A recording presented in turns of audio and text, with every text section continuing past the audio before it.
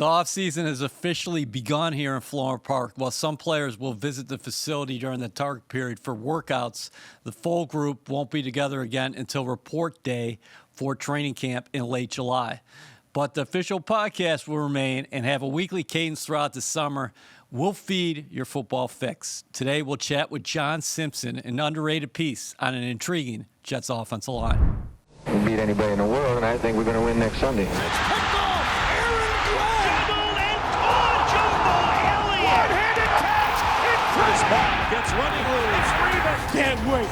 Put your seatbelts on and get ready for the ride.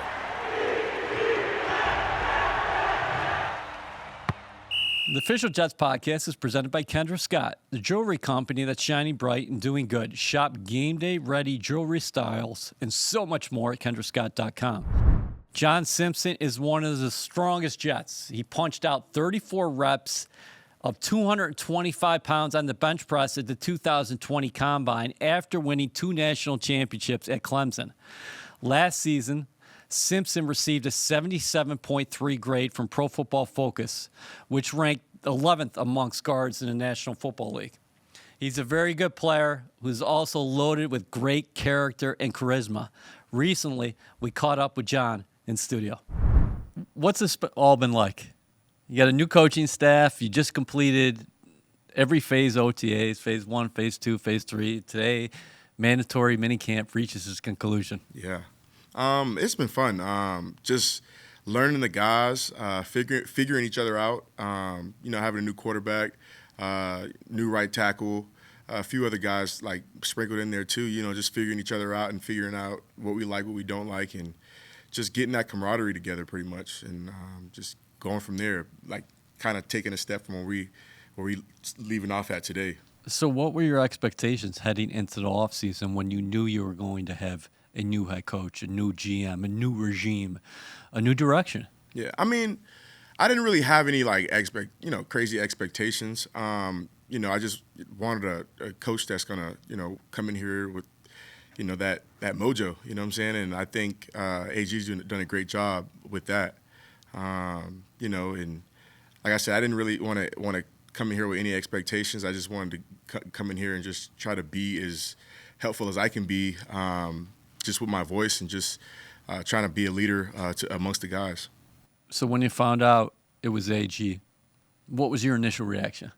I mean, I didn't really know much about Coach. I didn't really know much about him. So, but like his first interview, I watched it and I was like, let's put that seatbelt on. Let's go, let's go. I'm ready. So I think just. Like now, like being around him and like seeing how he does things, man, he's a leader. He's a true leader, and he's one of those guys that you want to get behind and like no matter what, just like us against everybody. That's kind of how I feel about it, and I'm gonna ride for him, or whatever happens, and let's go. That's how I feel about it. How does he go about leadership? Because we see the side of him where he's addressing the media, but you guys are in the room with him behind closed doors and also out there on the field, of course. Yeah, no, he's one of those guys that kind of just keep it real. He's like plain and simple. He don't want to give you anything that he's not gonna give you anything you don't want to hear. But he's gonna keep it straight up to the point. And I feel like as a coach, that's kind of what you need. You need a guy that's going to cut and dry, and just give you the truth. And he's nothing but the truth. Is he a guy that is equal parts motivating, authentic, direct, intense? All those qualities, is that the way you describe him? 100%. Like, I don't see it any other way. He's all those things, and I feel like plus some, because he's got like he's got this like demeanor when he walk in the room. You're like, okay, let's lock in. It's coach talking. You know what I'm saying? So, just having a guy like that up there that's addressing the team is just it's huge, man, for sure. Do you consider yourself the old guy along that offensive line, or what? Nah. I'm still young, man. You still are. You still are young. But when I'm still young. When you look to the left, when you look to the right, I got some young guys around me for sure. But I wouldn't say the old guy. I'm like a big bro. Yeah. Big bro ain't too old, but he ain't too young. You know what I'm saying? So what's the room like? It's good, man. The energy is like real good. It's super good. Like the guys we got in the room the work ethic is crazy. You know, you got guys that come in on days out, like the days that we have off, that just come do abs or come get some extra workout in. Like, it's just guys that, like, we bring each other along pretty much, and like that's the kind of room I feel like you need as an offensive line unit. You got guys like Olu, balling. You know what I'm saying? He's a young guy, but he's got that confidence, that swagger, and you need that in a left tackle specifically in the O line. So. Yeah, the boys doing their thing, man. We're grinding for sure. What's the difference between Olu now and this point last year? I think he's played those games. I think experience, like just 1 year of experience, can take you a long way. He's got to get in there and get down and get nasty. So he's definitely taken a big stride in knowing what it takes to compete at this level. What about Tip and then Josh Myers? You guys added a player in Josh who started for 4 years with the Packers before he signed here in the offseason. Yeah, those dudes are competing, man. They're competing their asses off, and I'll give it to them. Them boys are they both smart as hell. They're smart. They know everything, and I'm like, damn, how you know that? How you know that was coming? Like the safety was coming down. Okay, bet. But They always like on top of their thing. Like they're like they challenge each other because they're so smart. You know what I'm saying? And I think that's just like you need that. Like you need that competition. You know what I'm saying? Like every day I go, we're in the weight room, we're on the field. Me and Cole Laval, me and X Newman, we're in a competition, but it's like a brotherly there's no bad blood. It's like we want each other to win. You know what I'm saying? Right. So I think that's the biggest. I think that's why our O-line room is so close-knit, because it's like, yeah, there's competition, but we also want each other to be the best that we can be. How much appreciation do you have for a guy like AVT, who's basically played every position other than center so far in the National Football League, but now he's finally got a home across the way from you at right guard? Yeah, no, he's the real deal, man. He teaches me something new every day. Like his feet, his footwork, his hands is elite, and I'm just glad that he's like able to be comfortable in a position and get used to it. Cause he's gonna be one of those guys that you got to watch out for later on for sure. Soon? Yeah. What can you tell us about Armand? He's selected number 7 overall out of Missouri. I tell people that he carries that weight quite well. He's 6'4", 330. He doesn't look like he's 330. Nah, he's well put together. He's one of those guys that he's like super quick twitch. Like, it's like not common to see somebody that big be able to move like he does. Did you see his 40 time? I didn't see it, but it was 4.91. That's crazy. Yeah, that's insane. Yeah. But he's also one of those young smart kids. He just can't come in and they kind of threw him in there. He was like, bet, and he just worked. He's physical too. He got all the attributes to be great, and I think he can do it. I think he really can for sure. What's it been like working for Steve Hyden? It's been great, man. He's super. He's a coach that he gives you like motivation based off of like, I don't even know how to put it. He's like I don't even know. He's super even keel. Yeah. But when you do something good, he'll be like, that's some good shit, man. You know what I'm saying? Yeah. He'll be like, he'll circle something. He'll be like, well, how you feel about this rep? I'm like, damn, coach, my pass could have been lower. I could have had a better drive on this. He's like, but this is exactly what I coached you to do. I was like, well, okay, appreciate that. You know what I'm saying? Like that gives you that motivation, I feel like, to want to go out and compete for somebody to, you know what I'm saying, that's, I don't know, in that position. You know what I'm saying? He's a guy that he's a great leader. What does it say about him that he played tight end in the National Football League for 10 years? Yeah. And he's coaching tight ends last year in Detroit. Right. But he's like, no, I want him to be with these dudes. Right. I want to coach the offense line. Yeah. No, I think he knows what he's talking. Like, I think a lot of people were like, oh, he coached tight ends. What does he know? But he knows what he's talking about. Tight ends is basically an extension of the offensive line. So you got to know what you're talking about. And he is, any question that we ask, he knows what he's talking about. So I mean, like I said, he's one of those guys that I'll do whatever for, because he gives you that confidence and he gives you that swagger to let you know that you can play. He knows we know what we're doing. And like whenever something happens, he's like, yo, like lock in. You good? Yeah. It's like, okay, man, I'm good. Let's go. All right. So tell me why the GoPros have been so beneficial, not just for the quarterbacks, but maybe even you guys up front. So for instance, when we get up there, we do a whole lot of communicating. And so when you got the camera in the back, the big one, you can hear, they got some audio on there, but you can't really hear everything. So for us with the quarterbacks, when they're right behind us, you can hear all the calls. You can hear the point that the center made. You can hear what I'm talking about. I might be talking about something crazy, but you can hear anything. And so just that communication, just to clarify things in the room when we're watching film or something like that, it could be beneficial for us. And probably with the quarterback, he can see things that he probably didn't really see out there at first. What are some of the funny things that you hear going back and watching that? Some of the celebrations are crazy. Yeah? Yeah, for sure. With Justin celebrating, but I think that's the craziest thing, though. We've said some stuff. For sure. What's your relationship like with Justin? He seems like he's so respected in the room that such a steady dude, but you're just drawn to him. 100%. And he's kind of like Coach Hyden as well. He's super even keel. Like, don't say much until like it's time to say something. And that's kind of like the leadership you need. You know what I'm saying? They don't really say much until it's time to say something, and it's like, okay, let's listen, because it's like it's time to listen. You know what I mean? And he's one of those guys that like I said, he might not say much, but he'll joke around every now and again, and he's a good dude, man, for sure. How much does your experience help you in the case of blocking for a guy like Fields? Because you came here from Baltimore. Yeah. and you blocked for a dude who was the MVP that season, Right. Lamar Jackson, 2-time NFL MVP. And there's only a few guys in this league who you can call elite dual threats. 100%. Yeah. And I think Justin is one of those guys. Oh, yeah, for sure.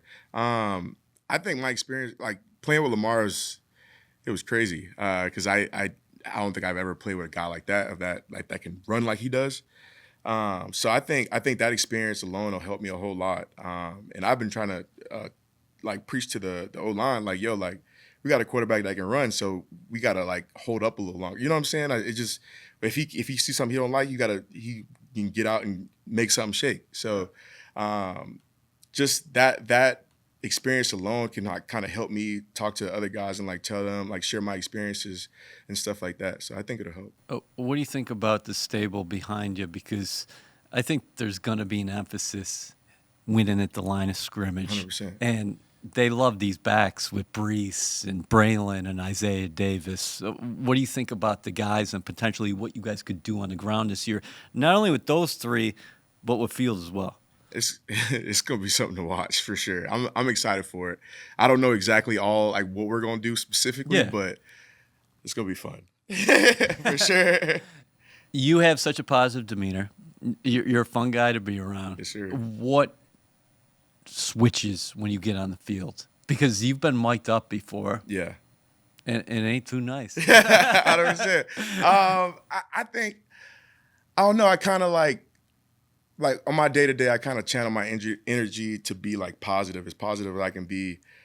Just because I know, like, for me growing up, it wasn't the easiest. But like, if I can be that light for somebody else on my day-to-day and like, and come in with a positive attitude every day, and they see me in a good mood, you know what I'm saying? Like, where I came from and stuff like that. I mean, I feel like I can make somebody else's day good. So that's kind of how I move on my day-to-day. But on game day, like, you know what I'm saying? It's all like, it's a different me, man. Where do you go? It's different. I don't know, man. I don't know. I go back for sure. Go back, way back. And when you say you go way back, yeah, you're referencing what? Like, you know, childhood, growing up. It wasn't the easiest, like growing up where I came from and stuff like that. You know, like, growing up when my pops was in prison and stuff like that. He home now, but pops was in prison, so it was just like a single parent household and stuff.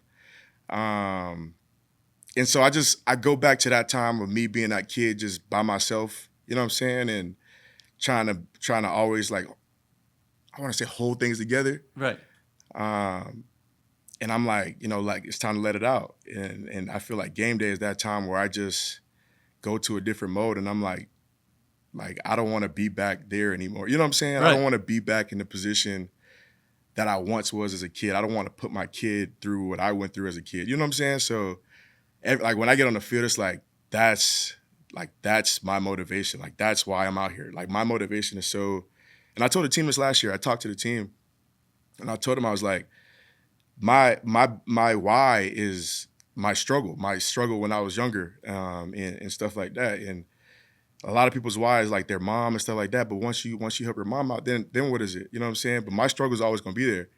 And so I use that every day as my motivation to not to necessarily look back, but to push me forward to not go back to where I was. You know what I'm saying? Or right. where we were, my family. You know what I'm saying? So just game day is just that time where I can show the world like, yo, John ain't going back. You know what I'm saying? Yeah. I might make a mistake. And I told the team this, I said, I might make a mistake here and there, but it's like, mistakes happen. It's like, what you gonna do after that mistake? You know what I'm saying? It's like, just dust that shit off and just get back up and get on your horse. Like, it's time to go now. It's, you know what I'm saying? It's battle time. Yeah. So that's kind of how I look at it. And that's kind of how I've been looking at football. It's kind of been my outlet. You know what I'm saying? Yeah. So, yeah.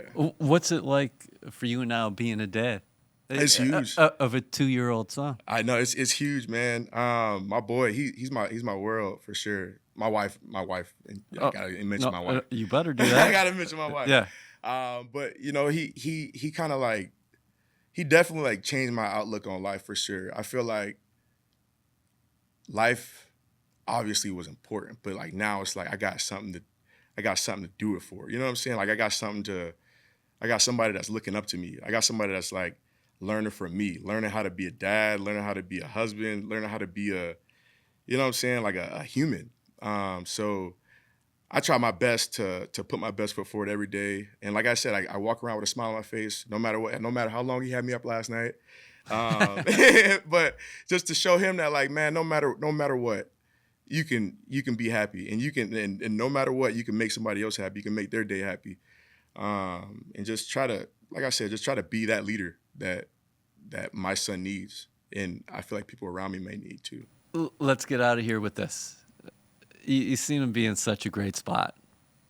How much do you embrace the position you are in with this team along this offensive line as part of, one of these foundational pieces for this new regime as you guys are about to set forth on training camp?